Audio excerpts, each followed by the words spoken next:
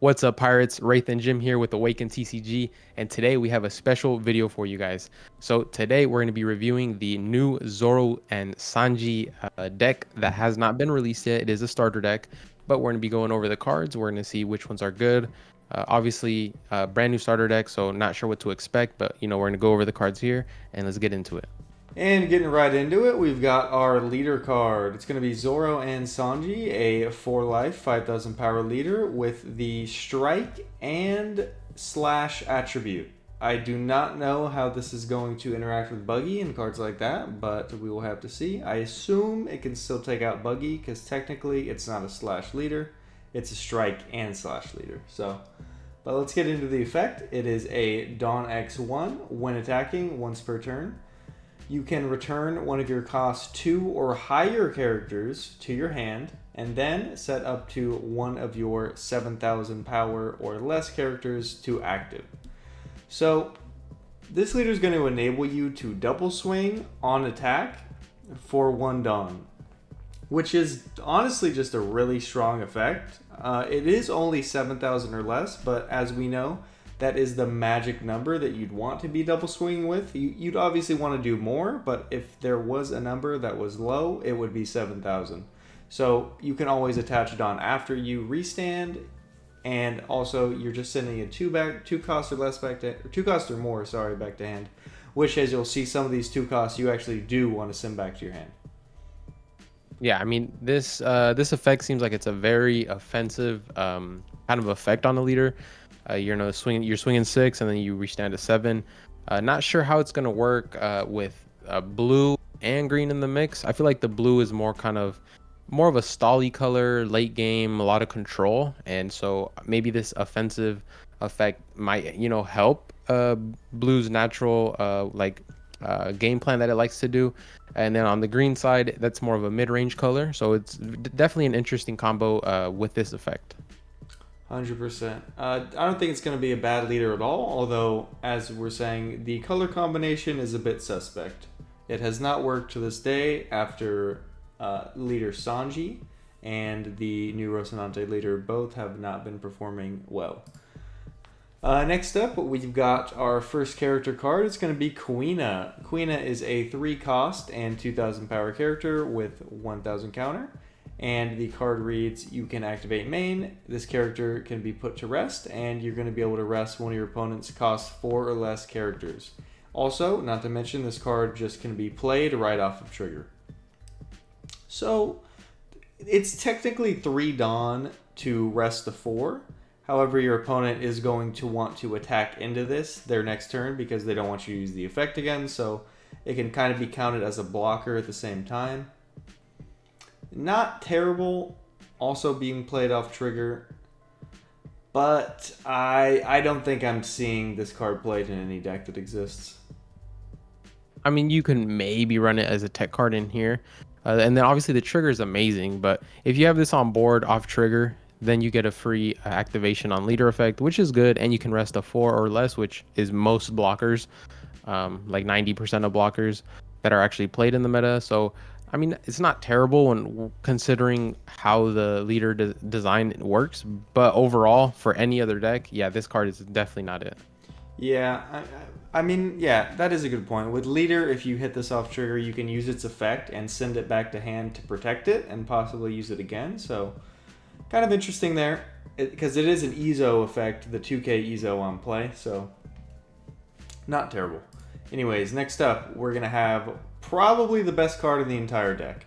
It is going to be Dracule Mihawk. He's going to be a 3-drop, 4,000 power with 2,000 counter. If you read the text on this card, you would not understand why it has 2,000 counter, but we're going to read it anyway.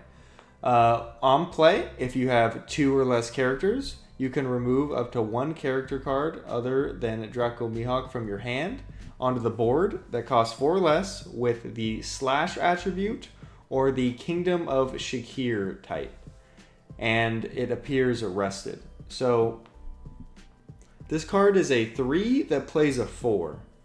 There's a lot of disgusting combos that can be done with this card. For instance, in, let's say, green Uta, you can play Law, the film Law, on your second Dawn turn, passing to you on 4. You can activate Law's effect for 1, playing a 3-drop from your hand. You'll play this guy. And Mihawk will play your Film Brook, 4-cost / attribute character. He's a 5k, and that card will play your Nami. And Nami can rest 1 Dawn and do her search, and you will still have 2 Dawn left to work with after that. So a 4k and 2 5ks on board for 1 card. Absolutely disgusting. I think Andy's a 2k for no reason. Yeah, I feel like this card right here, if red green law is still seeing play, it's an amazing. You can turn 1 play a 1-drop. Turn 2 at 3 Dawn you can go Mihawk into Brook into like a Zoro. Fill up your board with big bodies, not even the small searchers. Like you can, if you have that play, you have so much momentum so early on. Yeah, this card is definitely probably a staple in every green deck from now on. Maybe not every green deck, but definitely like Law. Law is going to eat this card up. This is going to be amazing in Law. This card here is disgusting. I don't know why it has 2k counter. Yeah, this would have been fine with the 1k. Yeah, no clue why this has 2k, but it's shiny, so we're going to give it a 2k. And next up, we have the Mandrill. It is the monkey from Mihawk's Island, and it's just going to be a vanilla 3/5. So, not terrible. It can be played off of Mihawk that we just looked at, but I mean, it's a vanilla. I don't think you're going to be playing this over any other vanilla.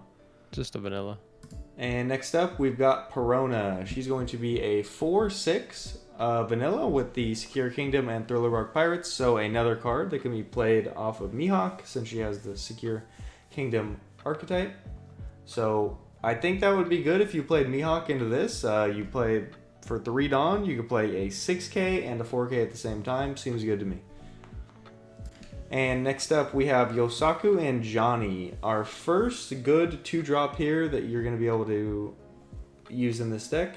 It's going to be a 2-cost, 3,000 power with 1,000 counter, and it's going to read Dawn X1 when attacking. You can choose one of the effects there, and you're going to be able to put one of your opponent's cost 2 or less characters rested, or you can KO up to one of your opponent's cost 2 or less rested characters. So,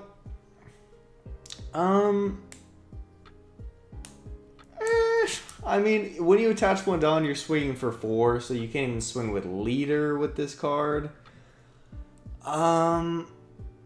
It only rests a 2 when attacking. I don't like this card. Yeah, I mean, there's the film Chopper that has basically the same effect on the first one, except it doesn't have the second effect. But when are you really going to use that second effect? Yeah, like this is maybe good against the law, but that is about it. And that is all I have to say about that card. Yeah. Next up, we've got Rika, another 2k counter for the deck. And its effect is going to be on play. You can rest 2 Dawns. So if you're playing this card, technically it costs 4. So you're playing this card for 4. And for 4, if your opponent has 3 or more lives, up to one of your characters with the / attribute that costs 4 or less becomes active. So there's no power restriction here. You can swing 9 with like a vanilla Zoro, and then like the 4-cost vanilla Zoro, and then pay this card for 4 and restand it. So it's kind of like a restand Law, except that on a 0 body that's also a 2k. So yeah, here's the thing. This card is good. Obviously, you can double swing 9, but I'm looking at it. You can triple swing 7 because you can, play this, get your 4 or less, make it active, swing in 7k, so that's 2. Put 1 on leader, swing with lead for 6, and then you swing 7 again, and you can do this turn 3. Yeah, on 5 Dawn. Yeah, and this can also be the card with your leader that you send back to hand, just sending a 2k back to hand. That's pretty strong, actually. Yeah, so like you would like turn 2 at 3 Dawn, you can drop, a 3-drop vanilla, or that's probably your best target, honestly, and then just swing 7, 7, 7. Oh, but you would need 2 Dawn on the actual character, but yeah, this card costs 4 technically to play, so But yeah, I mean, it's still a good restand. I mean, so far from what I've seen, this deck seems to be very aggressive, and so I don't like the blue colorway either, because blue is more stally. But you know, we're barely about to get into the blue cards. I don't want to get ahead of myself. And next up here, we've got the best target for Mihawk that we've seen. It is going to be a 4/6 vanilla with no counter, and its effect is going to be Dawn X1 when attacking. You can rest so one of your opponents costs 6 or less characters. So, kind of just a bigger Okiku. Okiku rests a 5 on attack with one Dawn attached. This one's going to rest a 6. So, 4/6s are probably my favorite stat line in the game. And with a very strong effect, with one Dawn attached, which means you're swinging 7, this is going to be a fantastic card in this deck for sure. Yeah. I mean, definitely a staple. Crazy effect, and like you said, 4/6 is probably the best stat line in the game when it comes to efficiency and you know what cards you want to play on curve. Yep, great card, and going to be great in a lot of archetypes, whether it's Law or whatever else in the future. I think this card's going to be fantastic for a lot of those decks. Next up, we've got Elephant Bluefin Tuna. It is just a 1/3 with the animal subtype. Not much to say about this card, and we're going to get into the next one. Next up here, we've got Emporio Ivanov. Another 3/4, just like Mihawk, with 1k counter. And this card is going to read on play. You can look at the top card of your deck, and if it is a cost 2 or less character, you can play it onto the board. However, if it's not, you're going to have to put that card on the bottom of your deck. But that is not the only effect. That would be a decent effect already, but it's also got, when attacking, once per turn, no Dawn attached. If you have 6 or less cards in your hand, you're just going to draw 1. You're usually going to have 6 less cards in your hand, so this is going to basically always happen. You're going to have to attach a Dawn to threaten leader with this card, but honestly a really strong card, and dare I say, gonna put Nami back on the map, baby. Wait, when you reveal the top card, do you get to choose to place it on bottom or keep it on top, or is it automatically bottom? Oh no, you're right. Yeah, no, it is top or bottom. So technically, you're just also, if you whiff. Yeah, you're scrying 1. If any Magic players are watching this video, you scry 1. Yep. If you whiff, you're just basically, you're gonna know what you draw next turn. Yeah, definitely a good card. I don't know about Nami being on top, but we'll stay optimistic. You know, hopefully our Nami players get some love, and this card helps them out. Yeah, and not to mention in this deck, this card's gonna be great if you're running a lot of 2-drops. And next up, we've got Sanji, the best target, probably the best 2-drop in this deck. It's going to be a 2/3 with no counter, which is usually really bad in this game, but this card is going to read Dawn X1 when attacking. If you have 5 or less cards in your hand, this character is going to get 2,000 power until the start of your next turn. So on your opponent's turn, this card is going to be a 5k, and when you attach 1 Dawn and swing with it, it's going to be a 6k.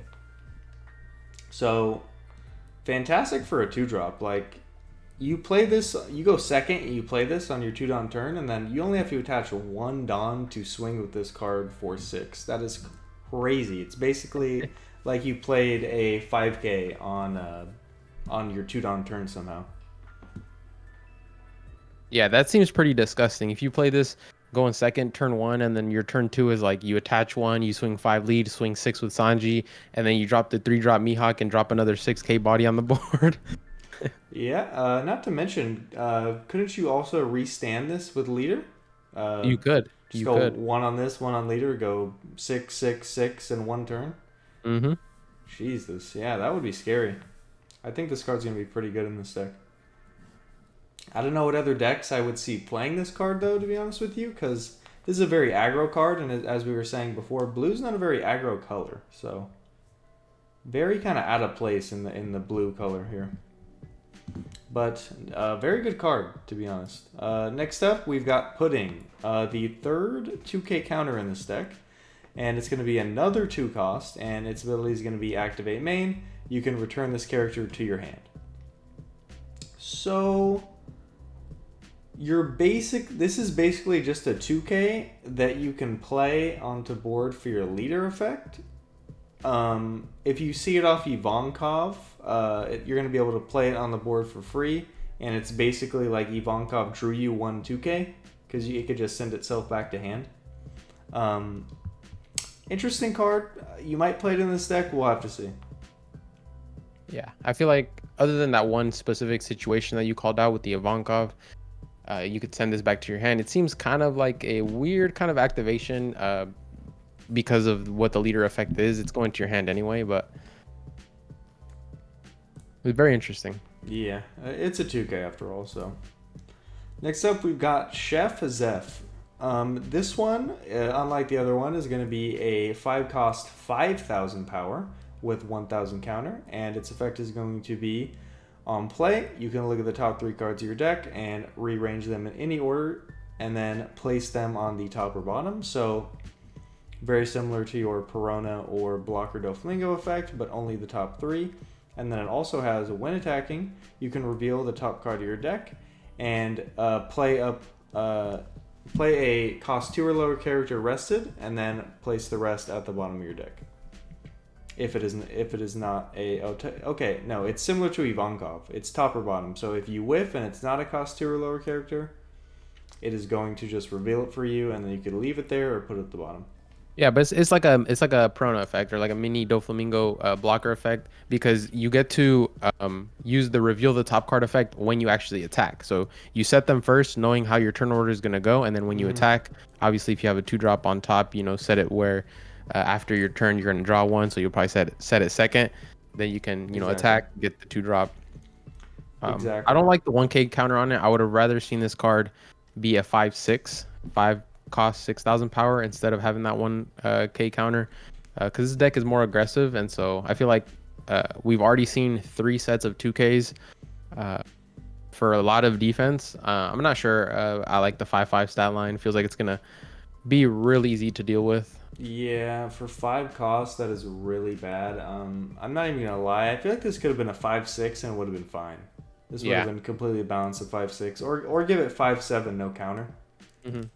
I honestly would have really liked it at 5/7 no counter. I think that would be really strong, actually. Yeah, that would have been perfect.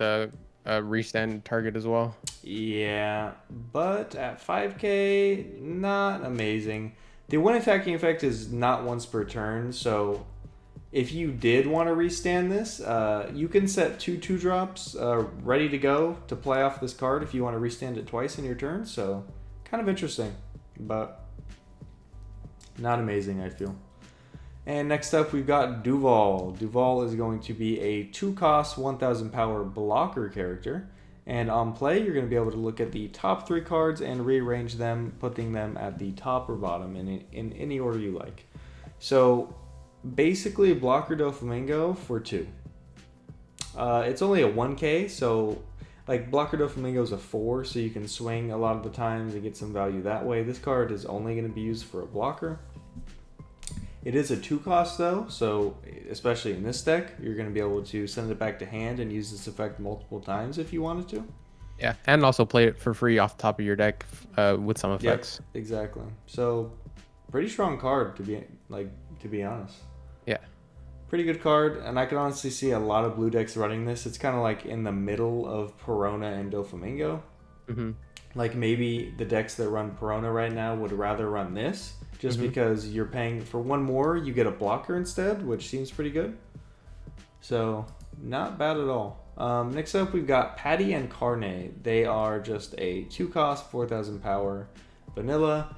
It is a 2-cost, so you could be playing this card in this deck, but you might not be. Next up, we've got our first event of this deck. It is going to be a green 2-cost event with main and counter effect. You can put one of your opponent's leader or characters with a cost of 4 or less into rest mode. So 2-cost rest a leader in counter seems very interesting. Yeah, I definitely like the rest the leader aspect of it, and not only that, trigger, right? Trigger, you can just rest the leader or a 4-cost. So basically, kind of like a a beige junior because you can rest the leader. Usually people like to keep their leader up because they want to swing with their characters first, just in case there's a thunderbolt trigger or a trigger that will mess them up. And obviously, most of the time the leaders can't get touched with rested effects. So yeah, I like it. 2 costs to rest a 4 or less. This feels like you obviously want to save it just to rest the leader. Yeah, not to mention leaders that have when attacking effects. This card is going to completely screw over. Yeah, because like at that point, why not just run um Punk I'm Gibson. blanking out. Punk Gibson, right? Yep. So You get 4K. This card gives you absolutely no counter value. So honestly, I don't think you're running this card ever. I'm yeah. not gonna lie. Yeah, the no counter for 2 is just really, really bad. This is a brick a lot of the times.